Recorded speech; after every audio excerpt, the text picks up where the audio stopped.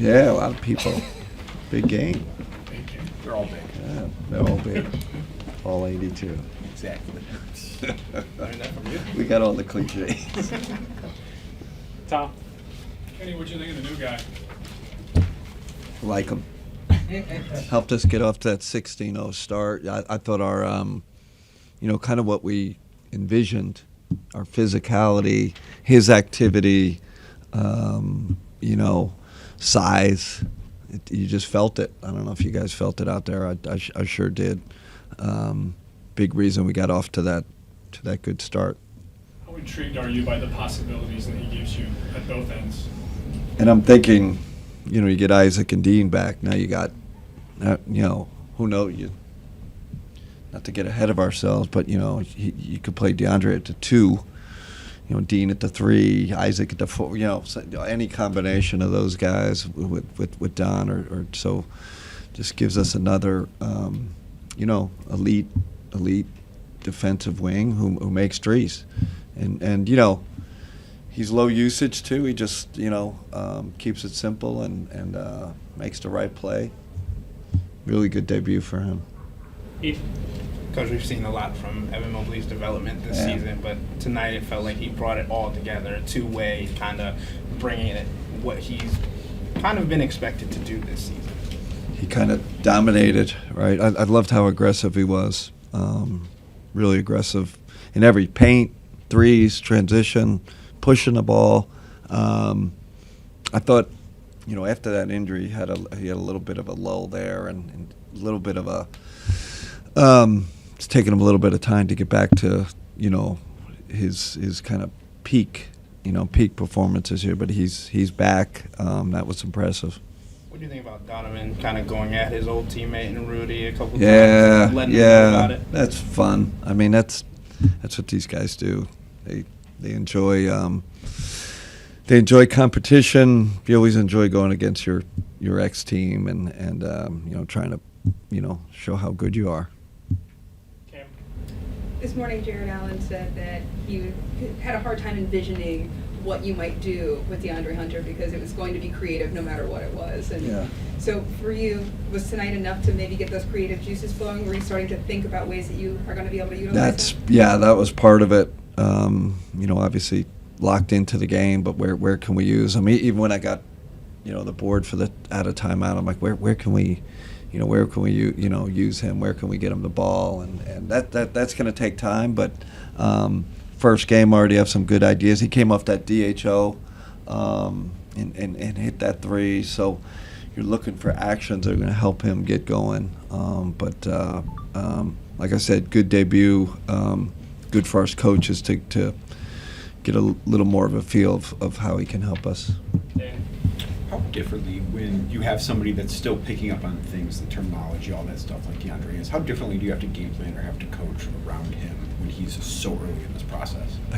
He offensive, I'd say both sides. He was almost perfect in terms of coverage, in terms of principles. It wasn't usually when you have a new guy. Oh man, he didn't. He didn't know that or he didn't know that. So real credit to him and then our assistant coaches who got him up to speed. But quick learners in this league, you can see he's one of them. No real breakdowns tonight in terms of game plan stuff. And then Sam hit 3 more threes tonight. Seems like he's found his rhythm again. What have you seen from him? Oh, we just look at him as a defensive stopper. I mean, it's a bonus, I know he's a heck of a shooter, and it seems like he's got his rhythm back, No more of those bad misses. When he was struggling a little bit, he had some bad misses. Every shot you feel is going in. But I love, we stick him on Anthony Edwards, for stretches, and I didn't feel like we got hurt, with that, when he was on him. So he's, I said at the beginning, he's a rotation player. He's just in our rotation. If you make shots or miss shots, really important to our team. Mike. Obviously DeAndre's first game today, and he's played with time in the past, but you mentioned pregame trying to figure out which guys he kind of gels with better and whatnot. How long does it take you to actually see that on court to figure out he's got a natural chemistry with player X or player Y? It's going to take a while. and that's going to be a big one. And then when we got to integrate Dean and Isaac too, like where does he fit with them? Is he 2, 3, 4? Maybe small ball 5, with his side, you're thinking of all the possibilities, and is he going to kind of bond with Ty? Is that something with is it, like I said pregame, is it Evan and Don, that combination? So that's going to take a while. I can't give you a number, but it's definitely going to take a while to figure where he exactly fits best. Coach, I'm curious, on a night like tonight when you jump out to a big lead early, from a coaching standpoint, how do you strike that balance between, just keeping that intensity and discipline to finish through the line before, they jump back? We have such a mature team. Like I don't they know, like we're 16-0 and they're just on each other in the timeouts. Like, come on, man, let's keep it going. How long can we extend this? Keep the communication up. So pretty good.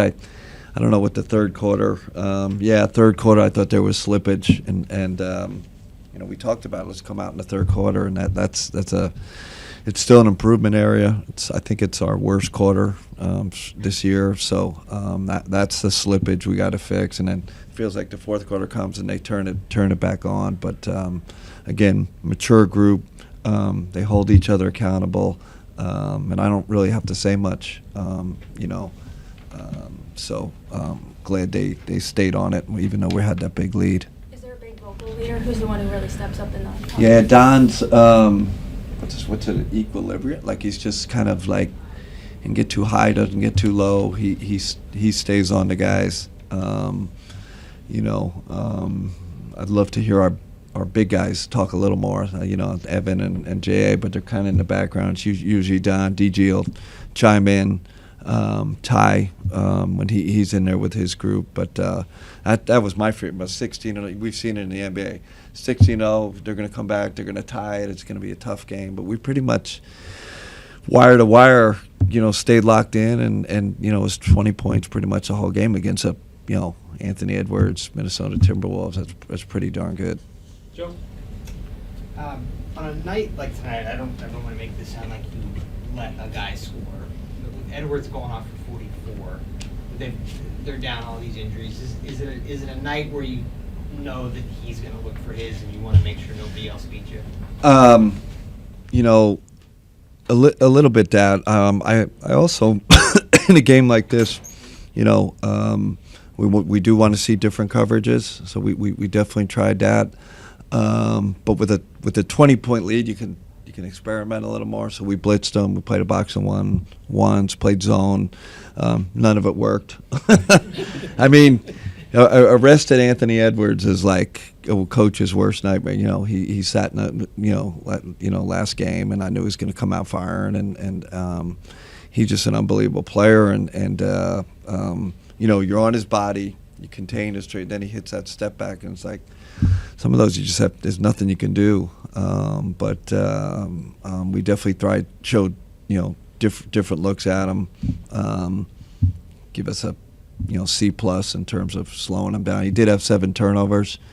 I look at the plus minus always. I think minus 12. So we'll kind of live. In terms of Evan's development, just the patience that he has too when he catches the ball, how far he's come with that, because sometimes big guys, they've got the size and they think they can go right away, but it feels like he's got kind of that pump fake and the footwork really working there inside. I love his gathers, like when he gets it in the paint now, and J.A. does it too. They gather on 2 feet, they pivot, and they find the open guy. I love they blitz, I think Donovan, they threw it to Evan in the pocket.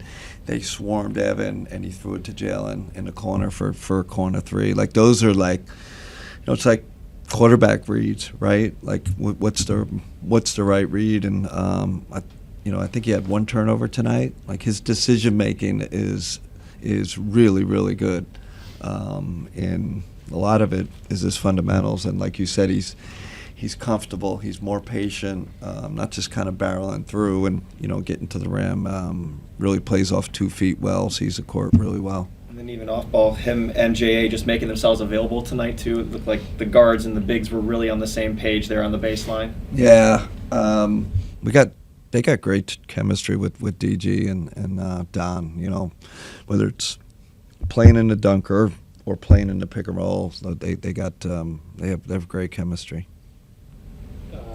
Nate. Hey Kenny, Hey, Nate. not specifically about DeAndre's debut, but just kind of a big picture question about trading for him. Like with your record as good as it was, you know, some franchises may have felt like we don't need to do anything, but do you appreciate being aggressive and going for it when you have Yes. a chance to get better? Yes, that's what I told Kobe. I mean, you know, we talked about how hard it was losing guys. You know, you're 41-9, but you know, it's like, whew. And I think all the credit goes to Kobe. Like he was aggressive, and I second it. You know, and I said, man, let's go for this. But it takes an aggressive, you know, GM to do that. I think, you know, could have easily stood pat and really he was really forward and aggressive and getting me the information, getting our staff the information, so we were comfortable with it. But he just, whether it works out or it doesn't, like I loved how he approached this and kind of went for it. Last two, Jason and then Jim. You're talking, Joe, about throwing different defensive coverages, and I've seen a lot of coaches that try and play very vanilla during the regular season, and they don't always show anything. They don't say everything for the playoffs. You seem to have gone completely the other way, where you'll just play a bunch of different things. Yeah. They're a Western Conference team, I get it, but is that because this is your first time with them, or why is it that you like to just experiment now and throw everything now and not worry about it? Yeah, it's a little bit my DNA. I like changing defenses. I like giving different looks, so that just as a base. But I think with this team, you know, I think they were, you know, kind of a basic coverage team, you know, last year. And I just feel like you got to practice it in live play. I think you gotta bring it out in the regular season, whether teams see it or not. So we have a big package of adjustments, and we practice it. We did one and shoot around this morning, and that's part of my playoff experience. I think working with you know, some championship coaches. I love to Ty Lue one. You know, he said, you know, you work on a playoff adjustment a day. You know, you're always working on something because you never know when you're going to need it. But I really believe you got to do it in live play, not just in practice. And you know, we do it a lot. Close that, Jim.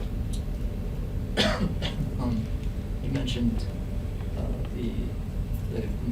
the bigs communicating a little bit more, and it looked like Donovan was talking to Jared at some point about working through some communication things. What's that? Where are they at, Evan and Jared, in that journey of becoming more vocal? They need to be better. Like it's not their strength, and we as part of our you know, we kind of have this new, you know, this playoff focus where we need to get to the next level. That was one of the bullet points on our PowerPoint to the guys. Like communication is one, you know, a big one, and we're just okay, and those guys got to get better. So it's funny, we talked, and tonight it was better. But we still had some screw ups, and sometimes with those guys, they want to be perfect in the coverage, and you know, our message to them, it's, you guys are the quarterbacks. You're not going to be perfect. Just be decisive. And sometimes that's not their personality. So I think that's the next step for them.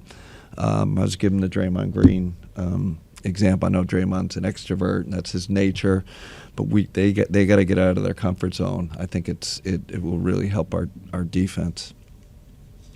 All right. Thanks, everybody. Appreciate it. Evan and DeAndre to the podium.